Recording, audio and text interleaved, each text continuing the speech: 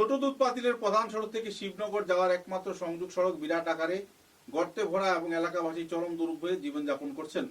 ছোট দুধ পাতিলের পিডব্লিউডির প্রধান সড়ক থেকে শিবনগর যাওয়ার এই পথ দীর্ঘদিন ধরে উন্নয়নের কথা এবং সংস্কারের কথা বললেও সেদিকে দৃষ্টিপাত করছে না বিভাগীয় কর্মকর্তারা। বিশেষ করে বর্ষার সময় সড়কের বিভিন্ন স্থানে জমা জলে পথচারী স্কুলের ছাত্রছাত্রীরা পথচারীরা দুর্ঘটনার শিকার হচ্ছেন। কয়েকবার যুবশক্তি ক্লাবের সদস্যরা ব্যক্তিগত চাঁদা তুলে সড়কটি সাময়িকভাবে মেরামত করলেও দীর্ঘস্থায়ী হয়নি সেই মেরামত কার্য। বৃহস্পতিবার শিবশক্তি ক্লাবের ব্যবস্থাপনায় 3টি গ্রামের বাসিন্দাদের নিয়ে একটি আলোচনা সভা অনুষ্ঠিত হয়। সভায় সিদ্ধান্ত নেওয়া হয় যে স্থানীয়ভাবে পুনরায় চাঁদা তুলে সড়কটি সাময়িকভাবে মেরামত করা হবে, যাতে চলাচলে সাধারণ নাগরিকরা সহায়তা পান এবং দুর্ঘটনা এড়ানো যেতে পারে।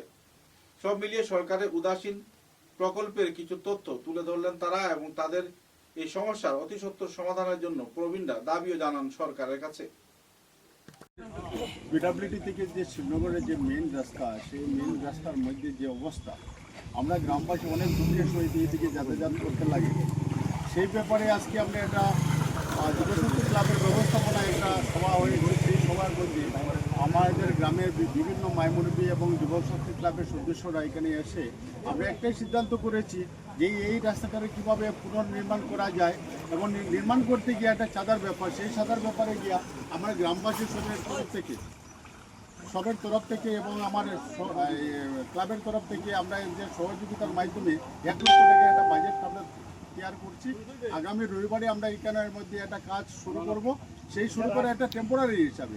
আর আমাদের মাননীয় বিধায়ক কিশোরনাথ মহাশয়, উনি বিগত কিছুদিন আগে আমাদের সন্ন্যাসী বাড়িতে এসেছিলেন। ওনার কাছে আমরা দাবি রেখেছিলাম এই গ্রামের যে রাস্তার এই দুরবস্থাটা উনি সত্যি দেখে গিয়েছেন। আগামী দিনে এই রাস্তাটা কীভাবে পুনর্নির্মাণ করা যায় এবং কীভাবে সুন্দর করা যায়, আমার গ্রামবাসী যাতায়াতের ব্যবস্থা যাতে সঠিকভাবে তা উনি করতে পারেন, সেইগুলো নিয়ে আমি ওনার কাছে আমি দৃষ্টিভঙ্গি রাখার জন্য আবেদন রাখছি। আমি আর কিছু বলছি না, আমরা গ্রামবাসী মিলিয়ে এই যে একটা সামাজিক উদ্যোগ নিয়েছি এবং আমার যুবশক্তি ক্লাবের মাধ্যমে, সেই ব্যাপারে আমার যুবশক্তি ক্লাবকে আমার অশেষ ধন্যবাদ জানাই। আমি আমার সংক্ষিপ্ত বক্তব্য এখানে শেষ করছি। এই রাস্তাটা অনেক দিন ধরিয়া খারাপ অবস্থা আছে।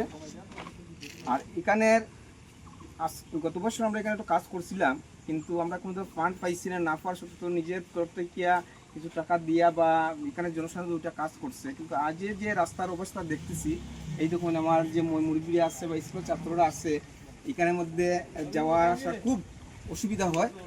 তো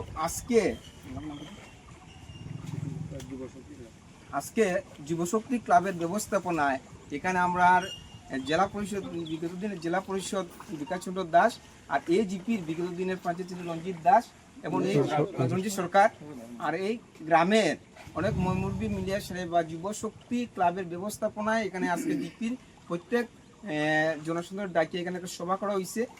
আর এই সভাতে কিয়া এই রাস্তাটা আমাদের যে ছোটো ছোটো কচি কাঁচা বাচ্চারা আছে স্কুলে যে আসা যাওয়ার জন্য, যে দেখা যায় যে বাচ্চারা আজকে স্কুলে জুতা মোজা পরে যেতে হয়, কিন্তু এই রাস্তা আওয়ার পরে জুতা মোজা তৈয়া তারা গিয়া অন্য জায়গায় গিয়া দইয়া তারা স্কুলে যেতে হয়। তো আজকে তারা এই যে ব্যবস্থাপনাটা নিচ্ছে, এখানে গ্রামেতে গিয়া সবাই উঠে সারিয়ে একটা চাঁদা উঠে নিচ্ছে এই রাস্তাটা মেরামত করার জন্য। আমি সব ধন্যবাদ জানাই এই যুবশক্তি ক্লাবের সভাপতি সম্পাদক এবং এই ক্লাবের সঙ্গে যুক্ত থাকা সকল সদস্যবৃন্দ।